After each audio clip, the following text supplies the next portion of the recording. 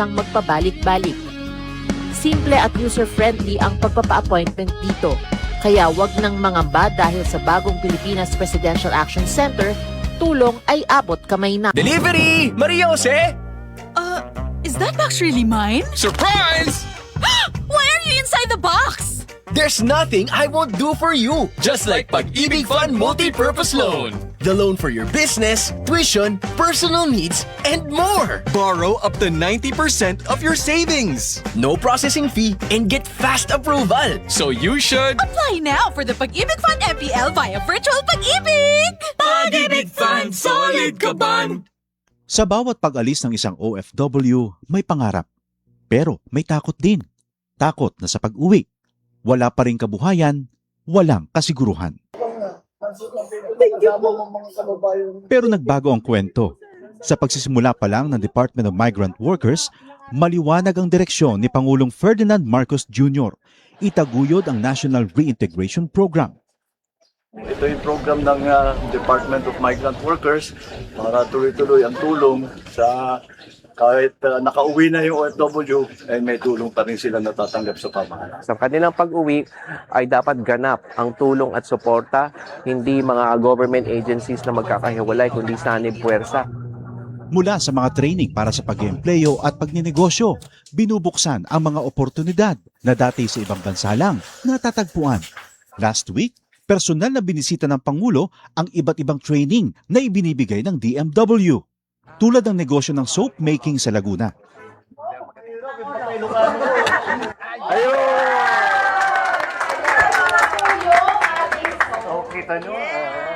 Isa ito sa mga negosyong ngayon nagbibigay ng bagong kita at bagong pag-asa sa ating mga OFW. Isang dating seaman, chef at housekeeping staff. Ngayon, mga negosyante na.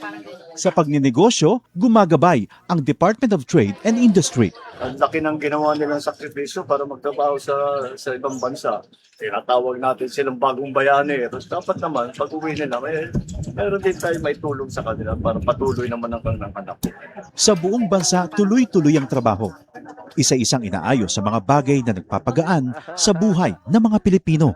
Ang pag-uwi para sa mga OFW, hindi nakatapusan, kundi isang matapang na simula para sa ating mga bagong bayani. Radyo Pilipinas. Radyo Publiko. Radyo Pilipinas. Radyo Publiko.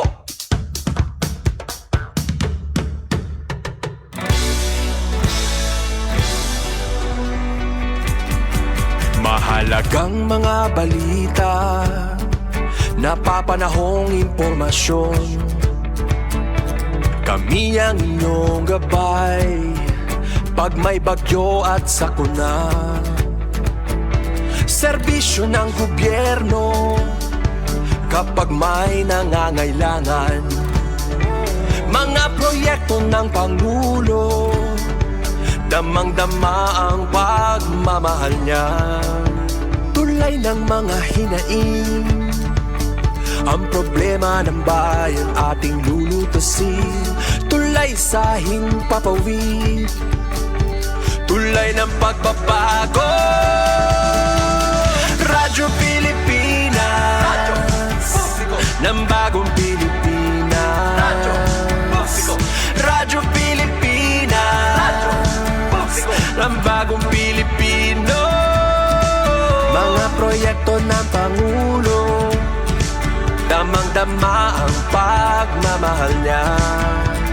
Radyo Pilipinas, Radyo Publiko, ang boses ng Pangulo.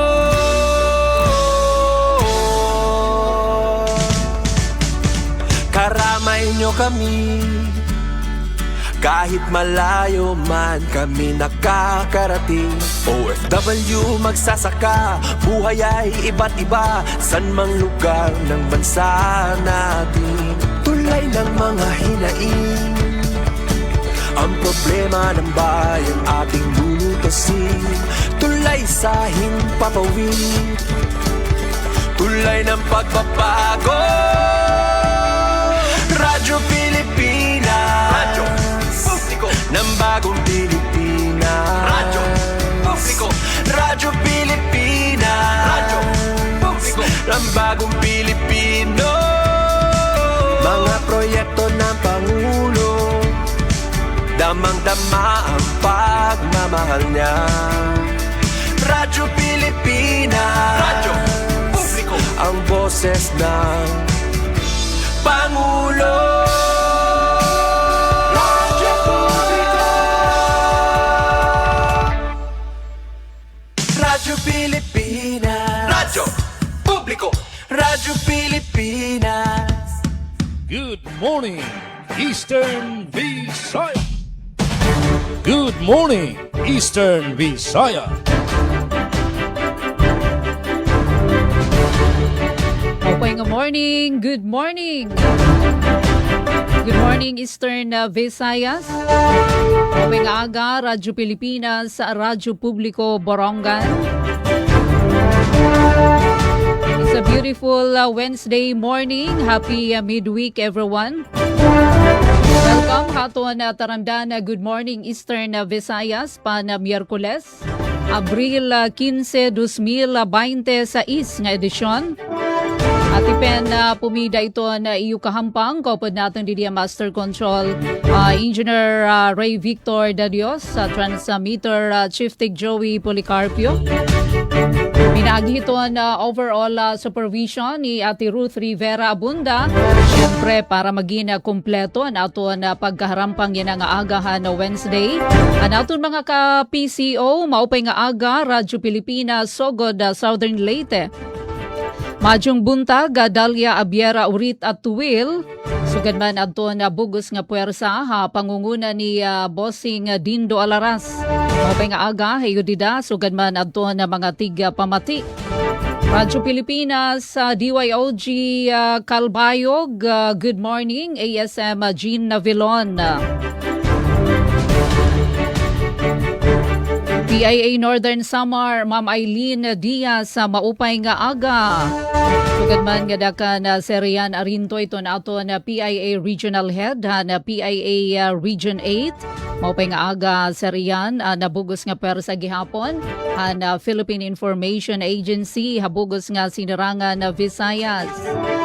Miss Micaela, good morning. Ate Mikay. Miss Micaela Gongora, dida naman DYDC FM, ato na kabakyang from the Academe, Visayas State University, Baybay City, good morning. Uy, mga fresh na fresh, ano? Women Power, -1, Hisor ASM Jean, maupay nga aga, ato na nga tanan. Siyempre, ang ato na mga tigpamati, din hinaman Radyo Pilipinas sa Borongan. Good morning. Paay sa salang na naman kita yan na hina mapaso, yan nga adlaw, Miyerkules. Pero nina aton na pagpahamtang, aton na pinakaunang sitwasyon di diha aton syudadhan Borongan. Pero kapag kaya na shine hi Mr. Sun, dara pagdara kitahin na mga pananggaha kapaso, payong, kalo, inom hinda mga tubig para malikayan iton heat exhaustion ngan heat stroke. Sige daw ato naman kantuon an RP Sogod Southern Leyte. Kumusta kaya dito liwat ito na panahon pareho ba didihaamon ha Borongan habugos nga sinarangan Samar. Paunang impormasyon from RP Sogod, maupay nga aga, maadjong buntag, Dalia Urita at Will. Good morning, Eastern Visayas. Eastern Visaya.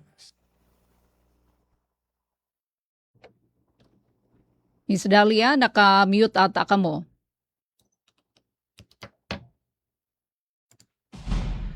Alright, so may nakita 8 minutos na nagkalabay hala sa 8 haaga. Aton utro balikan na Dalia, good morning.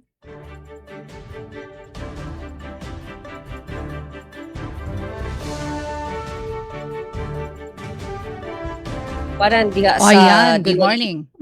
Go ahead, Miss Dalia. Oo. Sa ato mga kaubanan diha sa DYES sa Borongan, good morning, maupay nga aga. O same with diha sa atong Philippine Information Agency. O ka Mamaylin Diaz, good morning ma'am.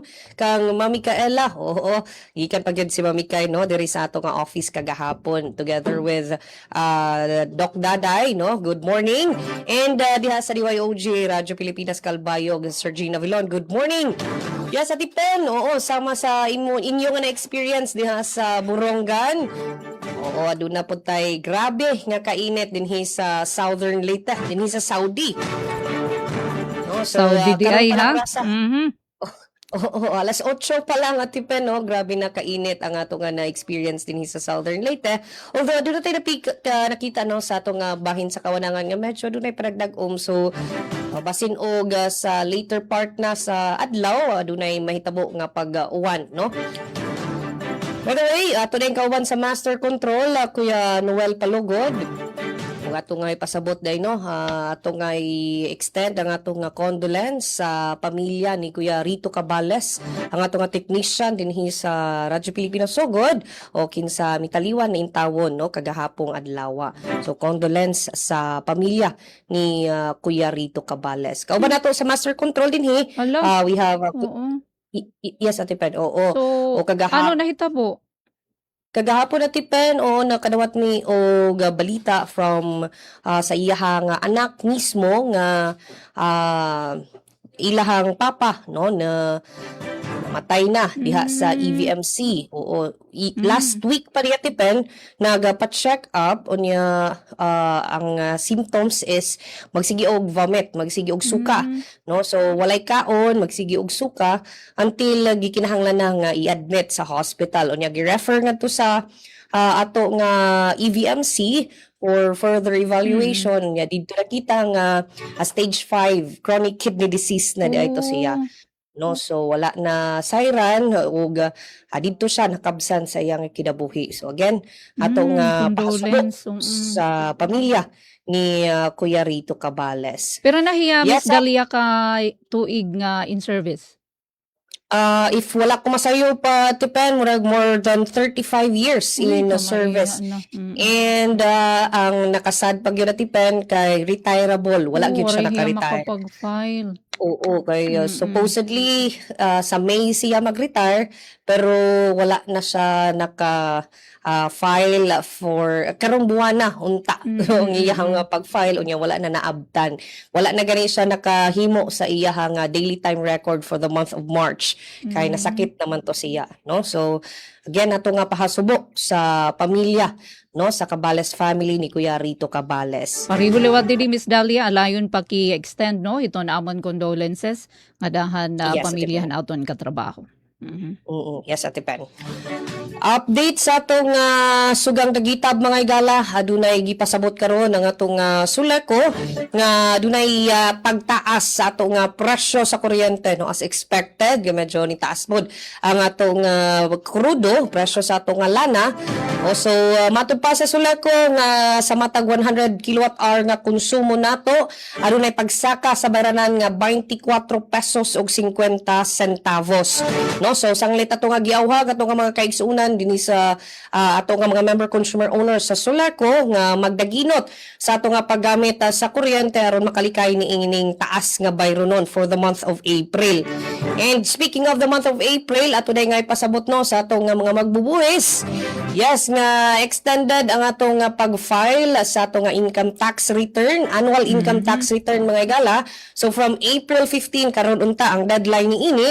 So gilugwayan sa ato nga presidente, gihimo na kini nga May 15. Ato na ta sa May 15 mag-file sa ato nga income tax return with wala pa gihapon na surcharge. O gulapas na ni ining May 15, naa na mo surcharge or penalties. So atong giawhag ato nga mga kaigsunan nga bisan pa man gilugwayan na sa ato nga presidente ang deadline ni ini pag-file lang gihapon o glikayan ang deadline aron dili maghuot no diha sa ato nga mga bangko o kani nga to nga pagbayad sa ato nga buwis.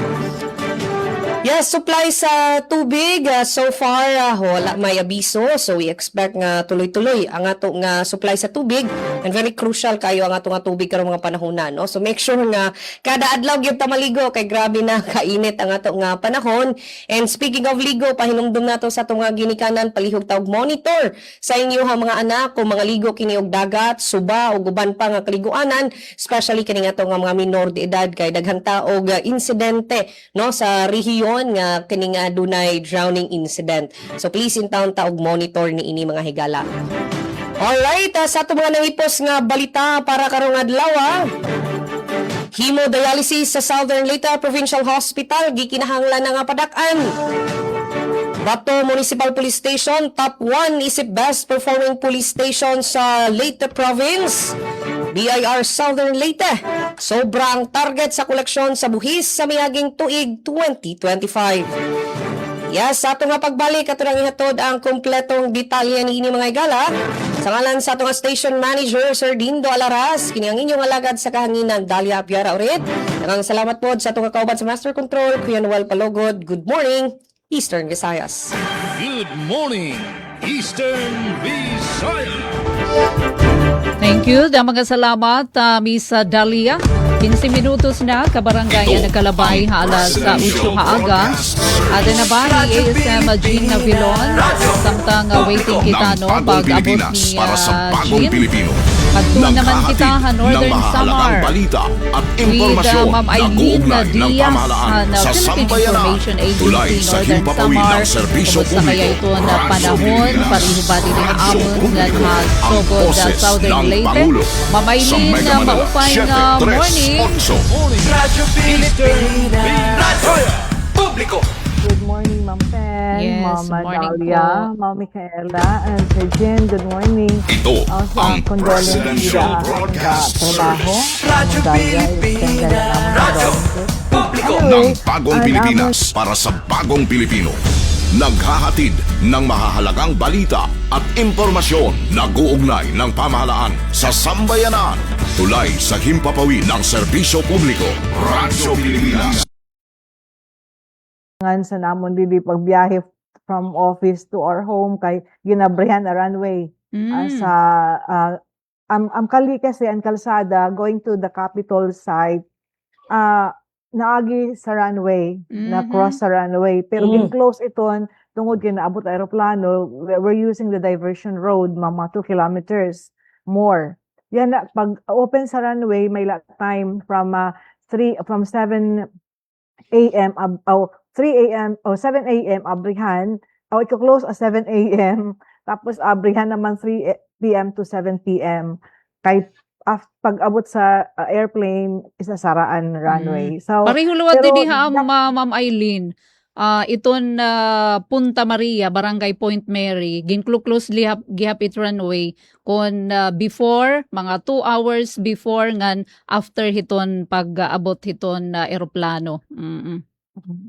yan alay itong ginhimo kay nag-strictoan ka up kay dili talaga pwede agian kay before ginhimo ang runway namon drive pag-drive pag-drive now diri na. So gin-close ang runway pero with this aton concern sa energy gin-open for the motorist, for the mga empleyado sa Kapitolyo. Anyway, ito nga na good news di diha amon. So far kapaso grabe. Then amon or sa mail ko scheduled last Sunday nga 18 hours nga power interruption ginliwat nga di sa 19. So yan nga Domingo itong na-experiensyahan bugos nga probinsya sa Norte San Samar 18 hours tikang alas 6 nga to sa katut nga. So far ito nga na namon din papaisip ko noon nga sobrang nga paso tapos waray kuryente. Mapasok man diat sa dagat kung kumadto so ito hindi ang panahon amon yun kakaringahan ang pagwara sa kuryente sa Domingo. And sa amo naman Kamurayaw, peaceful naman ang probinsya sa Norte San Samar. Itong laoga nga until now nagmo-monitor kita sa aton gasolina. Ang aton gasolina napalo yan na sin 128 na la to 135 ang diesel, 87 to 95 ang premium, 86 to 94 ang regular gasoline. Nag-iban manggod, nag-ubos. So thank you, kung next Martes, mapaubos pa na ato na gasolina. So far, amo ito ng kamutangan sa Norte San Samar, sa ngaran sa namon Regional Head Rian Arinto, ini si Aileen Alazon, makakaupod pa niyo sa second part. And for my second part, an ako na Laray Uluhan, League of Municipalities Northern Samar Chapter, nagpalusad sin resolusyon, pag-aghat sin simple nga selebrasyon, pagdumara san kapatrunan san tagsa nga barangay, ngan pinakusog nga pagmonitor san presyo sa mga palaliton ginmando san gobernador. Good morning, Eastern Visayas. Back to you, Ma'am Pen. Thank you. Mga salamat, Ma'am Aileen Diaz. 19 minutos na nakalabay, halasudyo haaga.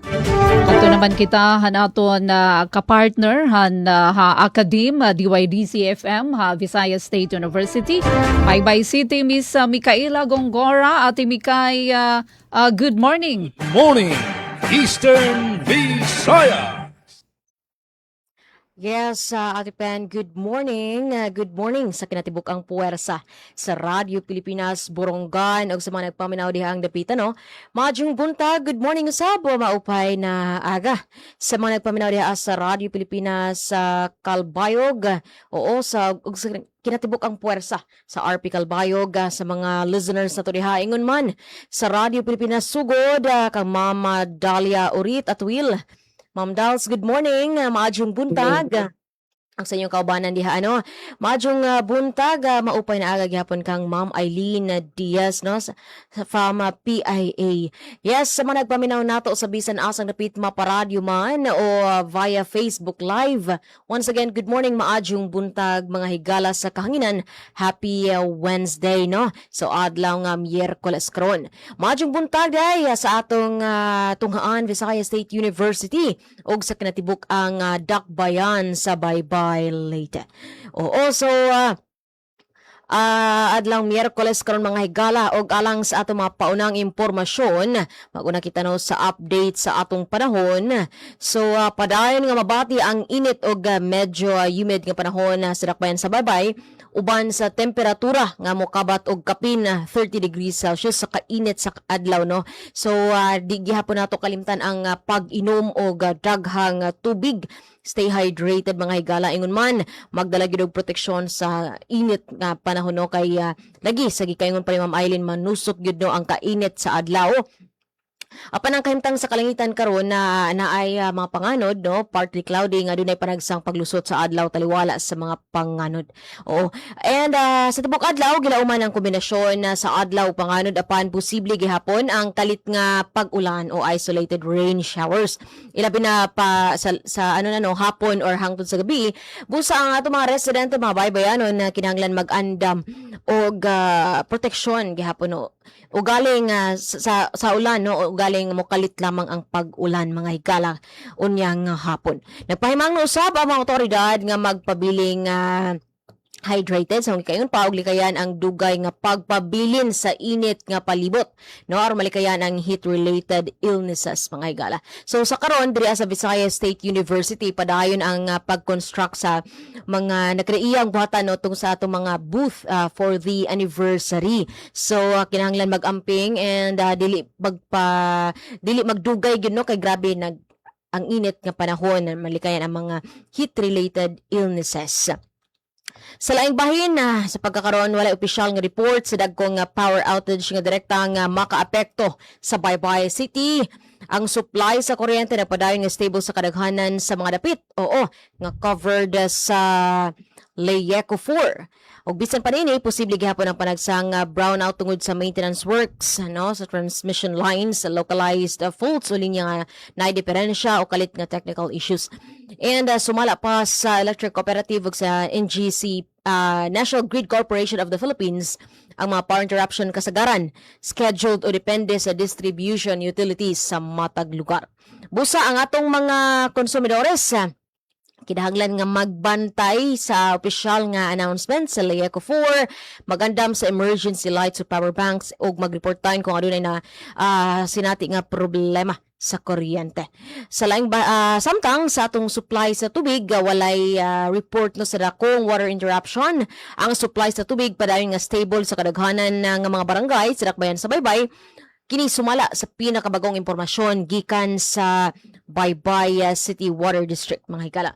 Apan adunay posibilidad nga hinay ang aga sa tubig gilabi na sa taas nga lugar ug padagsang interruption tungod sa maintenance o linya nga giayo, mga higala, no. And sa kalambuan naman padayon ang mga proyekto sa gobyerno lakip na ang pagpalambo sa barangay water systems ug gilauman nga mas mapaligon pa ug mas mapalapad pa ang akses sa limpyo nga tubig sa umaabot nga mga bulan. Apan ang publiko giawhag nga magtipid sa paggamit sa tubig, magandam og mag-imbak no og tubig para in case adunay mga emerensya og mag-monitor sa mga anunsyo gikan sa Baybay City Water District. Sa pagkakaroon sa atong peace and order situation sa Dakbayan sa Baybay, generally peaceful. Sumala sa pinakabagong kalihukan sa kapulisan, aktibo ang ilang presensya no pinagi sa regular nga beat patrol, checkpoint operations. Oo, sa atong mga motorista kinahanglan mag-wear gyud og helmet og nagpatuman. Ligo na ilang pagpatuman sa mga city ordinances aron mapugngan ang krimen ug mapalambo ang seguridad sa komunidad. Gipadayon no sa Baybay City Police Station ang pakigpulong sa mga komunidad ug pagpahigayon og mga information drives aron mapaligon ang kooperasyon sa katawhan ug kapulisan batok sa mga kriminalidad.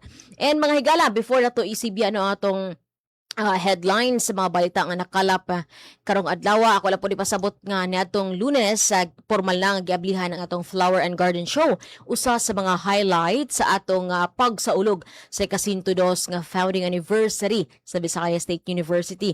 So sa mga plantita o plantito diha, you may visit the Flower and Garden Show ana sa lower campus sa VSCU. And karong adlaw usab no, April 15 to 16, ipahigayon or nagsugod na nga ni siguro ang Aban Teknolohiya 3.0 Regional Industry Academy Fireside Chat and Technology Pitching, mga higala dito sa VSU RDE Hall. So, gi-expect ni ini ang mga engaging discussions kabahin sa mga teknolohiya, innovation, and mga meaningful nga collaboration sa nagkadaiyang institusyon para mapaligon pa ang future sa technology and development sa atong rehiyon 8. So, doon na nagkadaiyang speakers no, ni ining maong Aban Teknolohiya 3.0 dito sa VSU RDE Hall. Sa atong yung dugang detalye ni ining maong atong sayran na maybe sa sunod ng mga adlaw ang dugang pa nga panghitabo ni ining maong Aban Teknolohiya 3.0, mga higala. And yes, alang sa mga balita nga nakalap karong adlaw Miyerkules, MOA signing alang sa Tech Talk program tali sa VSU, SLSU ug Radio Pilipinas Sugod malampusong gipahigayon. Baybay City gipaligon ang proyekto sa tubig kauban ang World Bank ug DAPRDP. At ang dugang detalye ni ini sa second half ning atong tulumanon. Good morning Eastern Visayas. Na mga salamat, Miss Mikay. 27 minutos na nakalabay, alas 8. At doon naman kita, Radyo Pilipinas sa Radyo Publiko DYOG Calbayog. ASMG Navilon, maupay nga morning. Morning, Eastern Visaya. Yes, maupay nga aga katrabaho pen. Yes, good morning. Sugod man si Miss Micaela sa DYDC. Baybay City sa Bisca. Sugod ma'am si Ma'am Del Dalia sa DYSL sugod Southern Leyte. Gan si Ma'am Eileen sa PIA Katarmano gan Samar. Maupay nga aga sa iyong tanan. Didi sa siyudad San Calbayog, maupay man ang kamutangan sa amon panahon. Nagpaparayaw sa kahayag si Haring Adlaw. Maadlaw yan ang didi sa siyudad San Calbayog. Sa litagton mga babad sa Adlaw, pagbalon ko mo sa mineral water, no? Ay delikado ang heat index. Labi na doon mga para-tricycle at doon na mga nagbabantay sa trafiko sa siyudad sa Calbayog, pagbalon ko permi ka mo sa tubig. Yan sa peace and order situation, mahimyang generally peaceful ang siyudad sa Calbayog. Waray mga untoward incidents nga nagkahitatabo sa naglabay nga 24 oras. Ngayon sa pagtaga tubig, sugad sa saring ni Miss Mikay, kinahanglan magtirok na gud kita sa tubig kay nagtitika minus ang supply sa natong tubig sa watershed area sa Calbayog. Tungod sining tagmara, taghuraw yan na nga panahon sa magtirok gud kita sa tubig. Eh, labi na sa basta adlaw makurigod talagsala ang awa sa naton mga gripo. Di rin nakakasagka ang daloy sa tubig sa mga gripo. Ngan kagabi nag-antos ang damo nga mga Calbayog nun sa tigda nga pagparong sa kuryente. Mga tipag katut nga san kagabihon. Didi sa postan sa Melco 1, madali ay nga pagparong sa NGCP. San kuryente ang eksperyensyahan kagabi mga alas 11:45 san tipag kakatut nga san kagabihon tubtub alas 12:45 san kaagahon. Adiyan pahibaro tigan sa NGCP, tigan sa Melco 1, NGCP Emergency Power Interruption. Bisan nano nga oras yun ang adlaw, madali ay nga paparungon sa NGCP ang kuryente.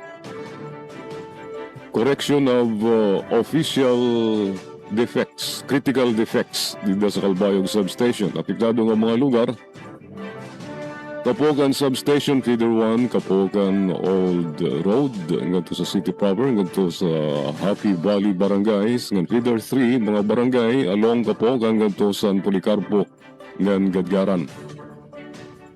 Palanaskara Substation, Feeder 4, barangays along Palanaskara, ngadto sa Policarpo, ngan Tinambakan, Feeder 6, Tinambakan District, Feeder 8, Window District, barangays.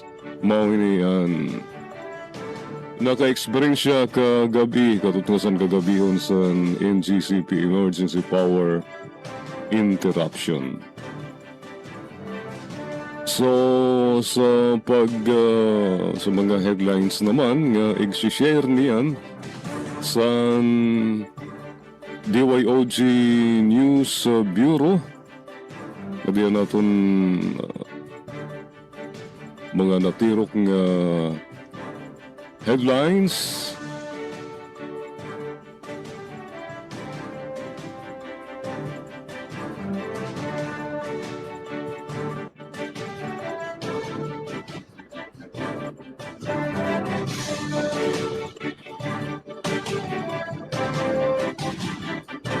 $288 nga may sudante sa NWSSU na karawat task for training stipend. Iba pa nga mga sumat to fuel subsidy cards yung distributor sa mga mangirisda sa Calbayog City.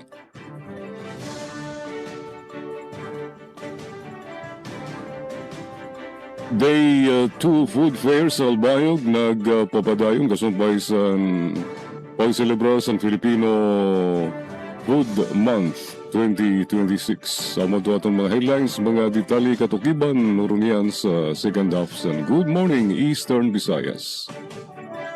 Good morning, Eastern Visayas. Uy, 33 minutos na, nakalabay alas 8, dagbitan tanalano.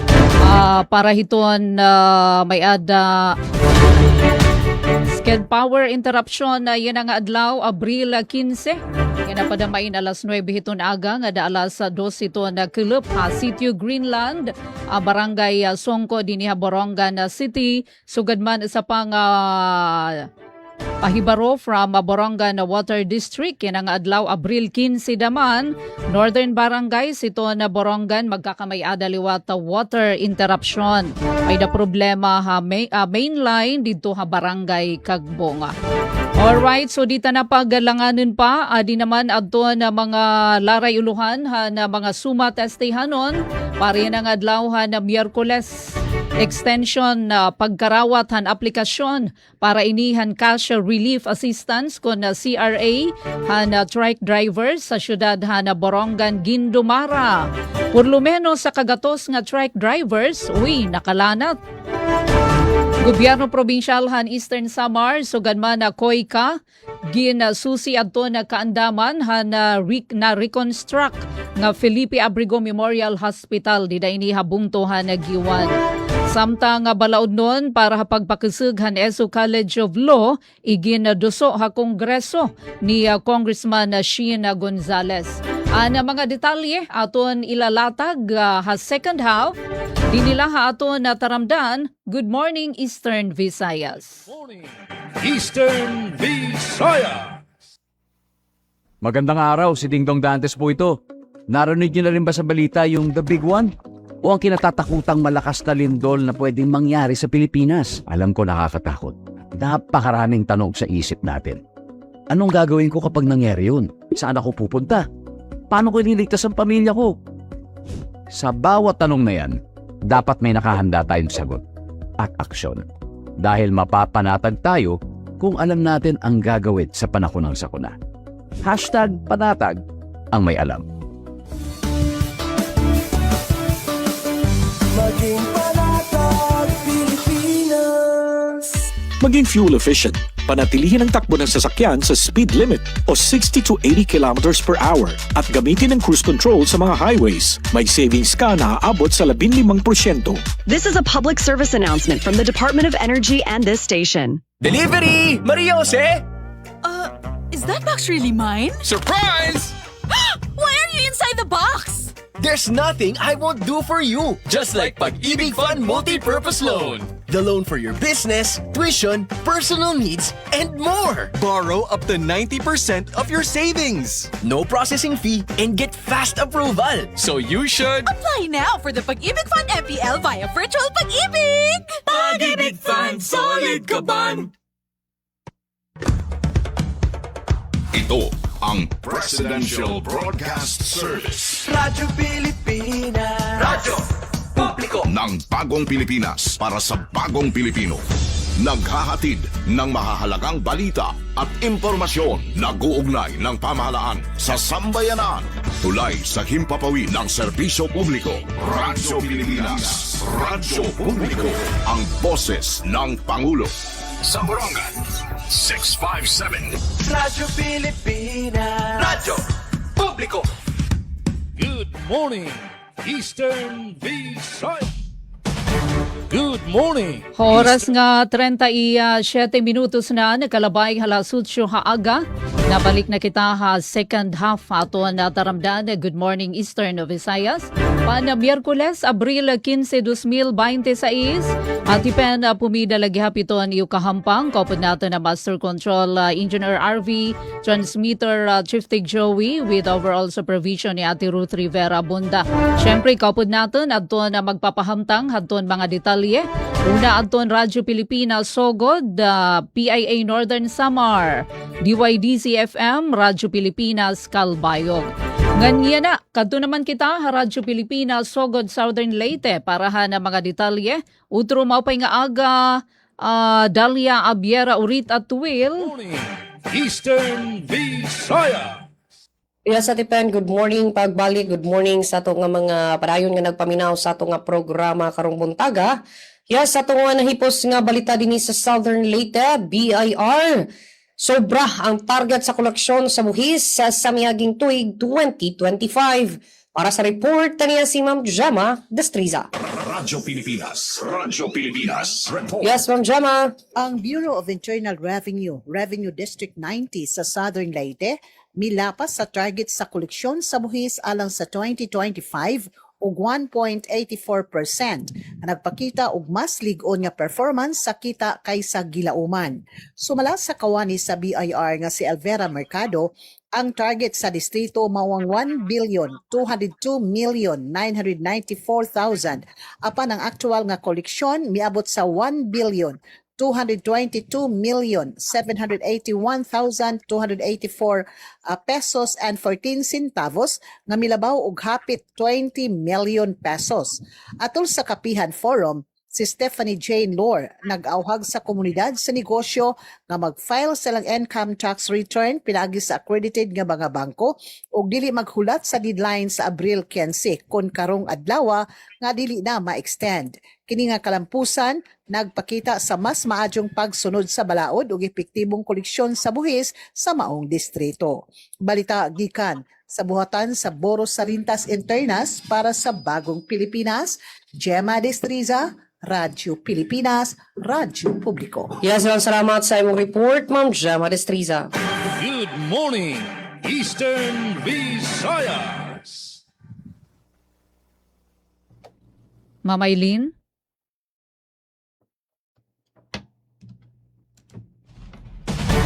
Good morning. 39 minutos na nakalabay alas 8 haaga.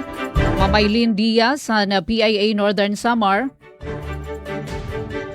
Good morning. League of Municipalities Northern Samar Chapter nagpalusad sin resolusyon pag-aghat sin simple nga selebrasyon pagdumara sa kapatronan sa tag sa barangay ginakasarayuan sa mga mayor sa 24 nga bungto sa Norte San Samar pinaagi sa League of Municipalities Northern Samar Chapter sa pangunguna ni Mayor Dr. Doc Maria Ana Abalon ang pag-undong sa resolution numero 2026-05 series of 2026 pag-aghat sa tag sa barangay sin simple nga pag-obserba sa selebrasyon sa kapatunan pagtagad sa ginaagian nga ayat nga krisis sa nasod.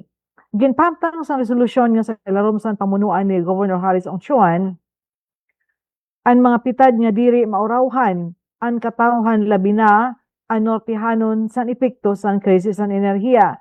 Nasugad nga samtang ang kapatrunan importante nga parte dida sa pagdukpadukog sa kultura ngan pangilalan sa espirituhanon nga aspeto ang sobrang nga gastos pagpadayaw ngan kalipayan nga makakabugat sa komunidad nga tagbalay indiri kaangayan labi na ya sini nga panahon.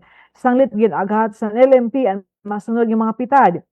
Simple nga selebrasyon, pagtutok sa relihiyoso nga tradisyon nga seremonyas, fund redirection, agahin ang matipid nga ngadto sin pangabuhian, panlawas ngan bulig sa mga nanginhanglan, solidarity with the vulnerable, pakigsayo nga pagbulig sa dun vulnerable nga sektor sa komunidad, labi na aton makuri ang kinabuhi apektado sa pag-aumento sa mga paraliton, ngan fiscal prudence, pagpahinumdum ngan pagsuhay nga diri mangutang para la mangandam sin magarbo nga selebrasyon. Ano sabi nga solusyon ingin pirmahan sa 24 mga mayors sa bugos ng probinsya sa Norte San Samar nga nahibaro ang liwat nga mayaon mga namumuno sa bungto mga mayors nga nagpalusad sa kalugaringon nga mga mando o executive order kasumpay sini nga pitad. Back to you, Ma'am Pen. Mga salamat, Ma'am Eileen Diaz. Good morning, Eastern Visayas. Samtang sa laing balita agikan sa VSU DYD-FM, mawa signing alang sa TikTok program tali sa VSU, SLSU ug Radyo Pilipinas Sugod malampusong gipahigayon. Ano ang detalye sa akong report? Malampusong gipahigayon ang Memorandum of Agreement kun MOA signing ceremony alang sa Technology Talk o TikTok program partnership tali sa Visayas State University kun VSU, Southern Leyte State University SLSU ug Radyo Pilipinas Sugod niadtong Abril 14 ni kasamtangang tuig sa SLSU Boardroom Sugod, Southern Leyte. Ang maong kasabutan nagtumong sa pagpaligon sa kolaborasyon sa tulo ka institusyon aron mas mapalapad pa ang pagpaabot sa impormasyon kabahin sa teknolohiya ilabi na sa agrikultura, pinaagi sa radyo o digital platforms. May representar si DYDC Station Manager Dr. Cristina A. Gabrilio alang sa VSU, samtang sa SLSU si Vice President for Research, Innovation, Publication and Extension Dr. Francis Ann C. o Station Manager Mr. Dindo Silvestre Alaras sa Radyo Pilipinas Sugod. Sa mensahe ni Vice President si iyang gipasiugda ang importansya sa mga partnership sa paghatag og kahibalo og teknolohikal nga impormasyon ngadto sa publiko, labi na sa mga mag-uuma og mga komunidad sa layong dapit. Mga himnos, labi ko sigon, off record, how much more the wider audience, no? So, wider dissemination of research-based technologies and stronger linkages between the university and the communities we serve is a must. Kinahanglan na to. More importantly, we envision long-term outcomes where these technologies will be adapted, leading to improved productivity. Subay sa kasabutan, magtinabangay ang VSU pinagi sa DYD sa FM, Radyo Pilipinas Sugod o SLSU sa pagpalampo sa TikTok ka programa aron epektibo usab nga mapaambit ang pinakabagong teknolohiya, research outputs ug mga inobasyon sa intended clientele pinasubay sa Sustainable Development Goals. Lakip sa ilang mga obligasyon nga nakalatid sa MOA ang paghatag og training sa broadcast ug content development, pagbinayloay og mga IEC materials ug pag-organisa og regular nga panagtigom aron masiguro ang epektibong implementasyon sa TikTok program. Gilauman nga pinagi sa maong kolaborasyon mas mapalig-on ang dissemination sa teknolohiya ug kahibalo ngadto sa mas halapad nga audience samtang suportado usab ang mga programa sa gobyerno alang sa food security, rural development ug poverty alleviation.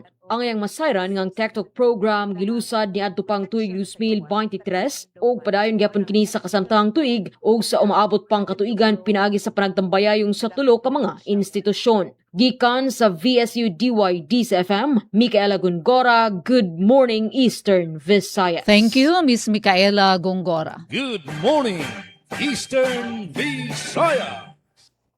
Fuel subsidy cards gindistribuer sa mga mangingisda sa Calbayog City sa detalyedan report ni Charmaine Perito Balbes. Radyo Pilipinas Report. Usa nga konkreto nga baton sa paghataas san presyo san petrolyo ang pagdistribuer fuel subsidy cards sa mga mangingisda sa syudad san Calbayog, Samar.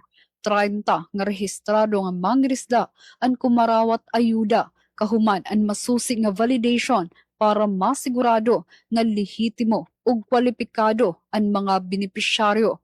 Ang nakarawat nga card ang may sulod nga 3,000 pesos nga pwede nila igrimit sa mga gasolinahan. Sigon kan City Agriculturist Engineer Techi Pagunsan, ang distribusyon san fuel subsidy cards ang pagpamatuod san padayon nga suporta san gobyerno sa mga mangingisda sa butnga san krisis sa petrolyo. Salamat sa imo report, Charm. Good morning, Eastern Visayas. 46 minutos na nakalabay halas 8 haaga, extension pagkarawat han aplikasyon para han cash relief assistance kun CRA han trike drivers, ha syudad han na Borongan Guindomara. Por luminos sa kagatos nga trike drivers, nakalanat igdetalye ati Sok Aberi. Radyo Pilipinas Report. Maabutin por luminos 100 ng ihapin mga borongan ng nalhitim ug aktibong tricycle driver syudad na nakalanat in pagsabmitan ang gikinanglan nga requisitos agud makabenepisyo hit cash relief assistance CRA nga kantidad 5,000 pesos. Ginahatag it gobyerno nasyonal pinagi Department of Social Welfare and Development DSWD agimbuhat na extensyon ang pangrawatan aplikasyon para nasabing ayuda pinansyal han Biyernes sa Abril 10 ug Lunes sa Abril 13 nga tubtubla nga dahan udto. Gimpasilitaran ni ang lokal nga pamunuan ni pinagan Tricycle Franchising and Licensing Regulation Unit TFLRU ang panlista nga nan pagkarawat ang requisitos sa wadan masunod. Updated motorized tricycle operators permit, certificate of registration ug official receipt ng driver's license nga gin-issue it Land Transportation Office LTO ug tricycle driver's ID nga gin-issue it TFLRU.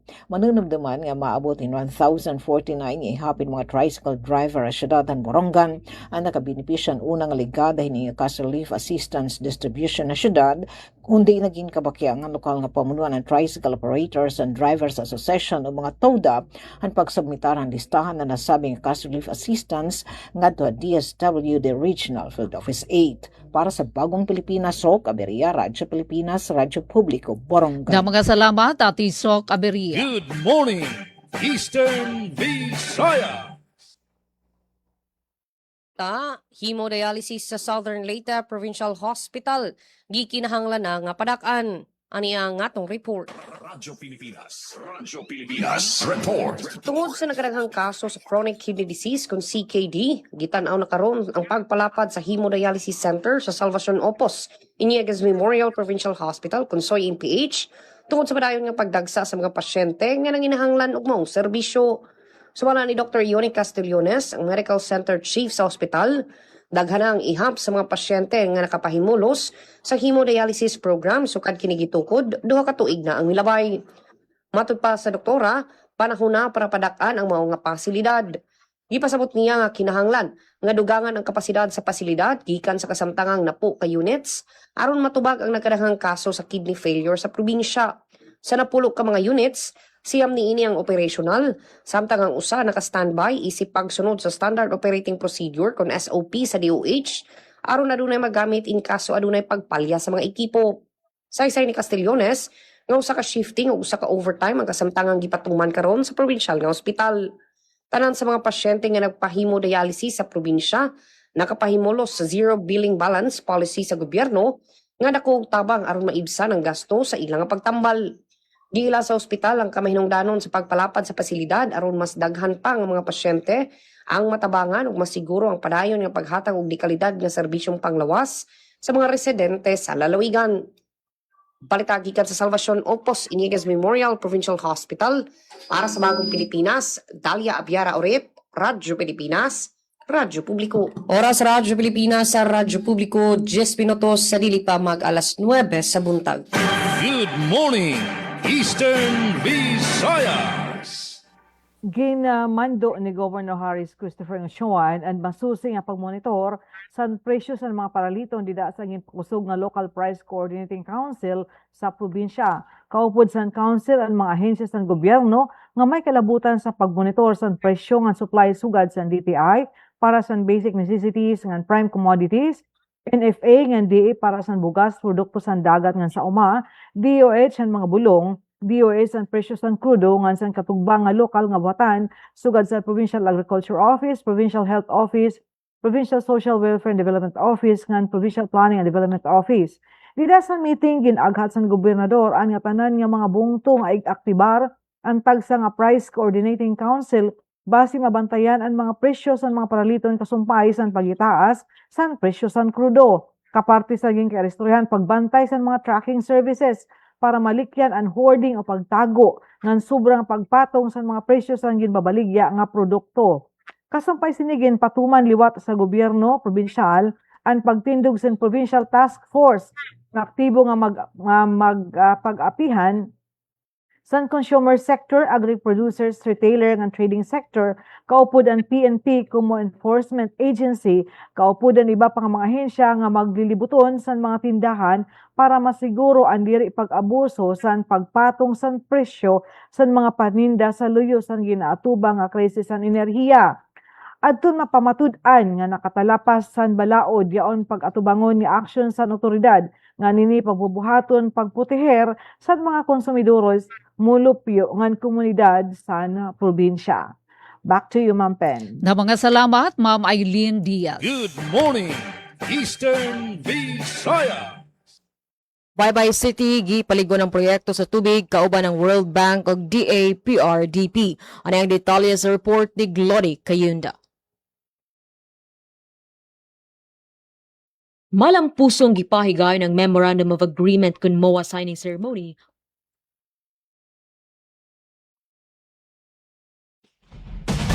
Good ang mga morning. representante gisugat sa local government unit kun LGU sa Baybay City. Ang mga representante gikan sa World Bank o sa Department of Agriculture Philippine Rural Development Project alang sa usa ka meeting nga nagtumong sa pinakabag-ong kahimtang sa Barangay Water System Development Project. Ang maong meeting na himong higayon aron ipresentar ang mga update o hisgutan ang padayon ng mga paningkamot sa pagpalambo sa supply sa tubig sa syudad, ilabi na sa mga komunidad sa South District. Gipasiugda sa mga opisyal sa syudad nga kini nga kolaborasyon, nagpakita sa lig-on nga paningkamot sa tanang partner aron masiguro ang malungtaron o kasaligan nga sistema sa tubig. Gilauman nga dako kinig ikatabang sa pagpaayo sa kalidad sa kinabuhi sa mga baybayanon, pinagi sa mas limpyo ug padayon nga supply sa tubig. Dugang pa ang proyekto nagpalig-on sa tumong sa inklusibo ug lig-on nga kalambuan sa lokal nga komunidad nga nagpadayon sa dedikasyon sa Baybay City sa pagtukod og mas kusgan og andam nga mga barangay. Nagpasalamat usab ang LGU sa ilang mga kauban nga ahensya sa ilang padayon nga suporta sa mga proyekto nga direktang makatabang sa katawhan ug sa dugang kalambuan sa syudad. Gikan sa VSU DCFM, Glody Kayunda. Good morning, Eastern Visayas. Daghang salamat Glory Kayunda, alas 8:53 sa katong takna karon mga higala.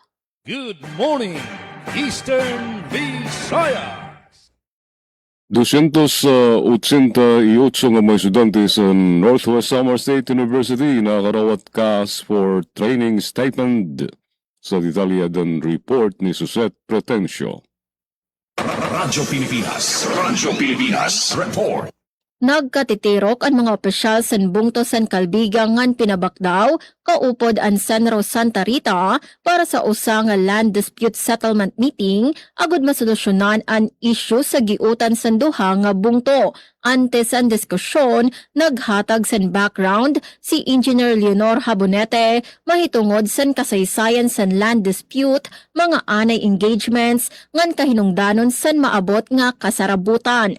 Ginpresentar naman ni Engineer Leia Reyna ang agenda nga naglakip san pagrepaso san giutan ngan land claims, pagpresentar san technical ngan legal nga basihan ngan paghatag higayon sa duha nga panig para magklaro san era mga posisyon.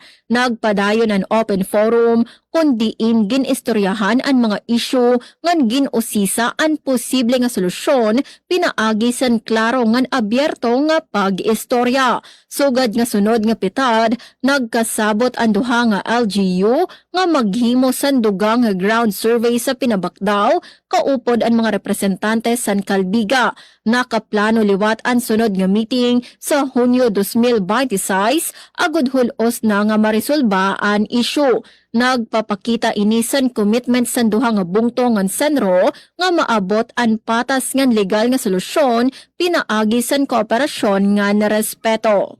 Para sa Bagong Pilipinas, Suzette Pretencio, Radyo Pilipinas, Radyo Publiko, Kalbayog. Salamat Suset sa imo report.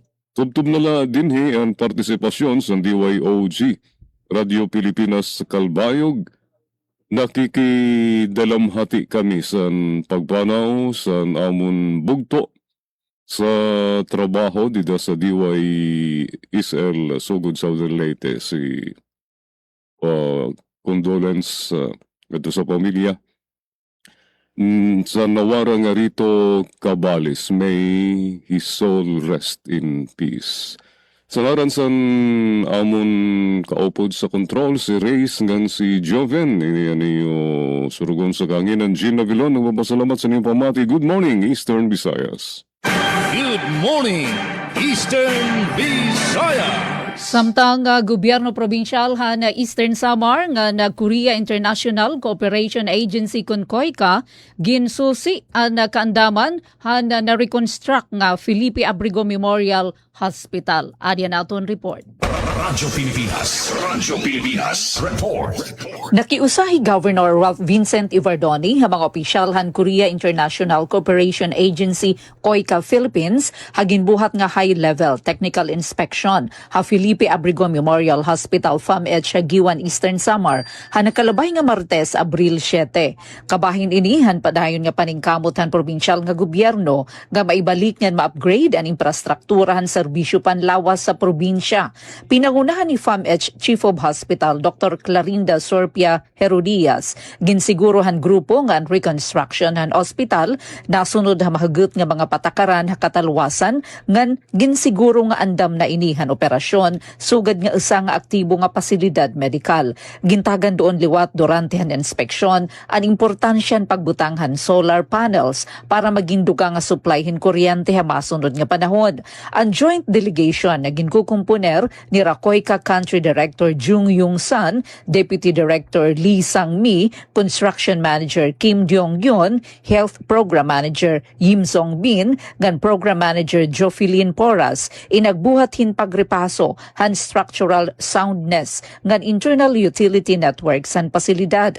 Presente liwat inspeksyon hira Provincial Health Officer Dr. Marian Esiderio and Provincial Budget Officer Attorney Cyril Alzate upod ang mga representante tikang ha Provincial Engineering Office. Para ha Bagong Pilipinas, Penelope Pumida, Radyo Pilipinas, Radyo Publiko, Borongan. Samtang ha ultimo nga sumat estihanon, balaod nun para pagpakisughan ESO College of Law, iginaduso ha Kongreso ni Congressman Sheen Gonzales. Ang detalye report ni Daisy Bilizar.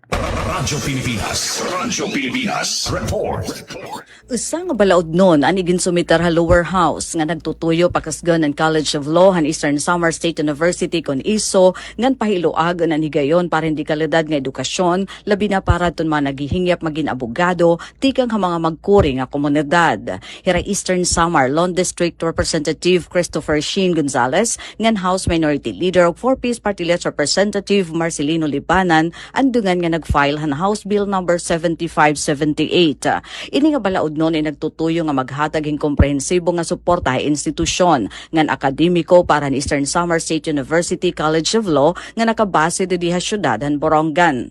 Lakipan mga probisyon na nasabi nga bill aman pag-establisa rin regular nga mga posisyon para faculty, pag-upgrade ang mga pasilidad nga kagamitan na pag-aram ngan sigurado nga pundo agud masunod ang standard nga igimpapatuman han mga regulatory body.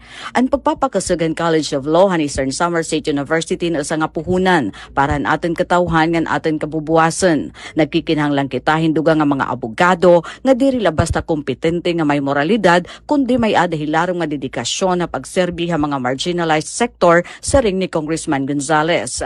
Naglabay nga Enero nagpakita hinakakadasig nga resulta ang Eastern Samar State University han 14 han ira graduates in pinasar ha 2025 bar examination.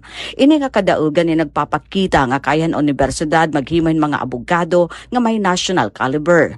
Sumala pa kang Congressman Gonzales, ginpamatud-an han Eastern Samar State University nga andi kalidad nga pag-aramhan balaod in pwede mahitabo bisan hagawasan dagko nga mga universidad sugad didto ha Manila. Pinaagi hini diri na kinahanglan nga pumahirayo ha ira pamilyan mga estudyante tika nga Eastern Samar ngan sapit nga mga probinsya. Iginplastar gihapon na nasabi nga balaod nun ang mga structural challenges an universidad. Sugadan kakulang hin permanente nga mga magturot do. Waray opisyal nga dekano nga nakatoka ngan limitado nga budget nga nagkakaulang han long-term development han kolehiyo. Dugang pahini iginpapatuman gihapon han bill ang pagpahalapad ang clinical legal education ngan legal aid program. Inin ang mahihimo nga mga abogado in maging instrumento ha paghatag in libre nga serbisyo legal ha mga kablas ngan pagpaorsa han hustisya ha bug-os nga rehiyon. Para ha Bagong Pilipinas, Daisy La Rosa Bilizar, Radyo Pilipinas, Radyo Publiko, Borongan. Mga salamat, Daisy Bilizar. Good morning, Eastern Visayas. No, di nila tapos ang amo nga partisipasyon para sa karong edisyon sa Good Morning Eastern Visayas.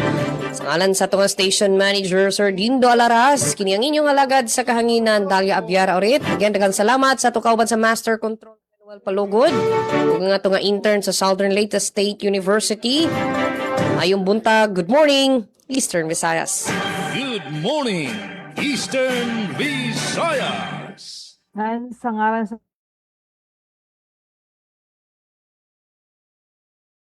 Ma'am Eileen? Good morning, Eastern Visayas. Alright, so nagkamayada na kita no in technical problem aton Zoom nga aton yan naging kukuhaan ha na linya. Alright, so din hinaton tapuson temporaryo an Good Morning Eastern Visayas sa Wednesday edition. Ato naman kanina nabatian Ma'am Miss Dalia Abiera Urit at Will, thank you. PIA Northern Samar, Ma'am Eileen Diaz. Micaela Gongora from DYDC FM, damang salamat. Ngan ASM Jean Navilon, RP Calbayog, ug Dili naman haaton na dapit hangaran ni Ate Ruth Rivera Abunda, Chief Tig Joey Transmitter. Sugad man na aton na kabakyang Didia Master Control, Engineer RV Darios, News Contributors Daisy Bilizar, nga Ate Sok Aberia, hindi naman na niubos nga sangkay Ate Pen Pumida. Uy, aton na i-greet ang aton mga ka-livestream, Jen Golmatico, Maria Gilina Lihion, may dausa kanina, waray na didi aton iya comment. Damang salamat, haniyo pakiisa haaton. Buwas nga haw, pareho nga oras, nga ni stasyon, utro, maupay nga aga. Good morning, Eastern Visayas. Good morning, Eastern Visayas.